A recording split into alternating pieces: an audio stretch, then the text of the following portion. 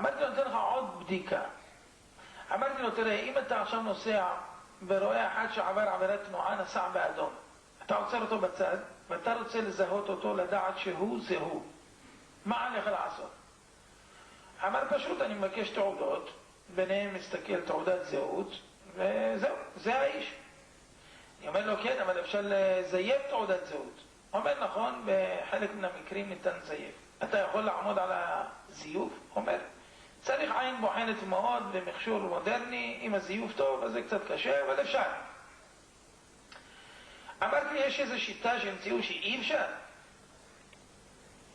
אז הוא אומר, לא, אין דבר כזה, תמיד אפשר. אמרתי לו, תראה, ביהדות יש שיטה שאי אפשר לזייף לעולם את התורה, את התעודת זהות של העם היהודי. אני אתן לך את העצה גם למשטרה, אני מאמין שהיא לא תקבל את זה, כיוון שזה יהיה כרוך בהוצאות רבות. לדוגמה, ירון יגיע למשרד הפנים בגיל 17 להוציא תעודת זהות, ואז יוציאו 3 מיליון תעודות זהות כמו של ירון, יחלקו את התעודות לכל התושבים, ופעם אם תתפוס את ירון שעבר באדום ותרצה לדעת שירון זה ירון עם תעודה לא מזויפת, אין לך בעיה. אתה עוצר עוד 10 רכבים, מבקש את תעודת הזהות של ירון, ואז אם אתה רואה 11 תעודות זהות, סימן שזה לא מזויף. אבל אם תראה שלא שונה מ10, דע לך שזה מזויף. זאת שיטת בדיקה מאוד מתוחכמת שאי אפשר לזייף, אבל היא כרוכה בהוצאות רבות. למשטרה ולמשרד הפנים אין אפשרות לעמוד בזה, אבל עם ישראל עומד בזה. תפתח את ספר התורה בכל העולם כולו, בכל בית כנסת ובית כנסת, אשכנזי, ספרדי, תימני, רוסי, פולני, טורקי, איפה שלא תמצא, אותו ספר תורה, אותם מילים, אותו מספר, אותם אותיות. אם עוד אחת חסרה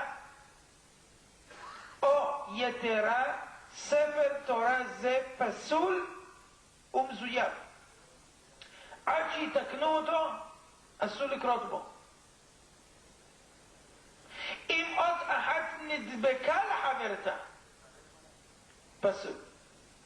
אם נתקע עוד, פסול. תארו לכם מה זה, איזה שמירה. אז איך אפשר להגיד שספר תורה, חס ושלום, כמו שרצו להגיד לצנים, זה טלפון שבור? אם הכל תואם בדיוק, אז יש הוכחה יותר טובה מזאת. נו, אמרתי לו, אני אתן לך עוד ראיה אחת שתהיה מרוצה, תצא משופע בראיות היום, אז אני אומר לך ככה.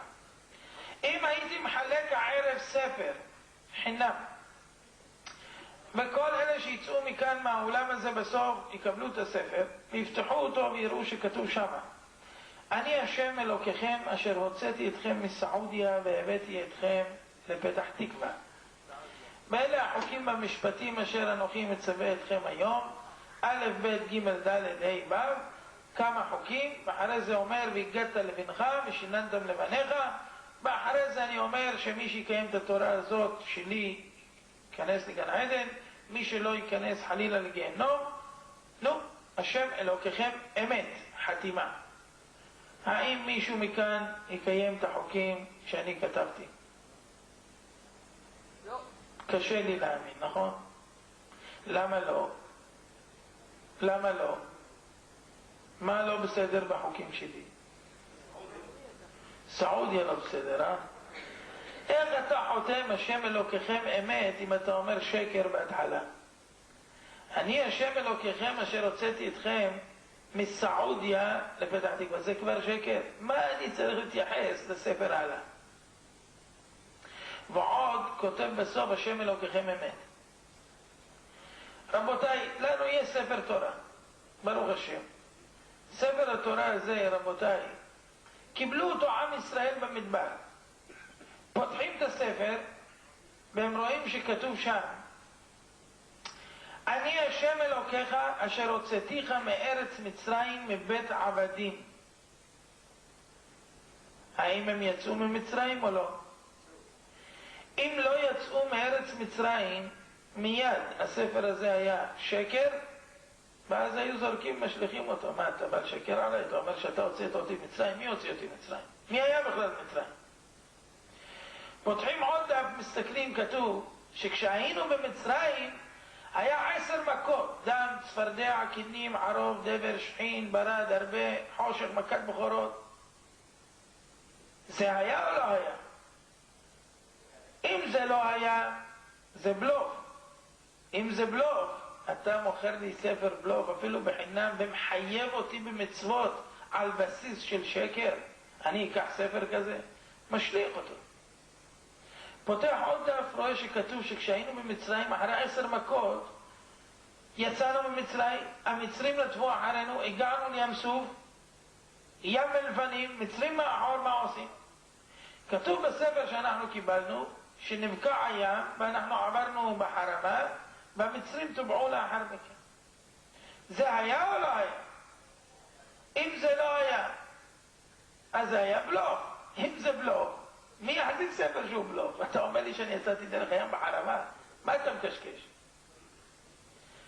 אחרי זה כתוב שהיה מעמד על סיני ועמדנו שם, וכתוב עיניכם הרואות, וכתוב בספר עיניכם הרואות ולא זר, אוזניכם השומעות ולא אחר. אתם ראיתם, זה לא סיפרו לכם אבותיכם, אתם מקבלי ספר התורה, אתם בעצמכם עדים למה שכתוב בספר. זה היה או לא היה?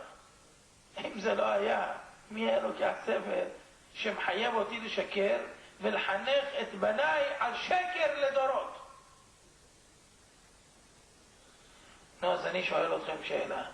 אתם יודעים שהעם היהודי לא מקבל דברים כל כך מהר? שואל 1000 שאלות עד שמסכים למשהו שהוא לא רוצה. אז איך קיבלו ספר תורה כל כך בקלות כשכתוב בו כל כך הרבה חלילה שקרים? אלא ודאי שזה היה, וכך זה נמשך במשך כל הדורות. והראיה שהעם הזה עושה זכר לכל האותות והמופתים, והעולם כולו מכיר בזה,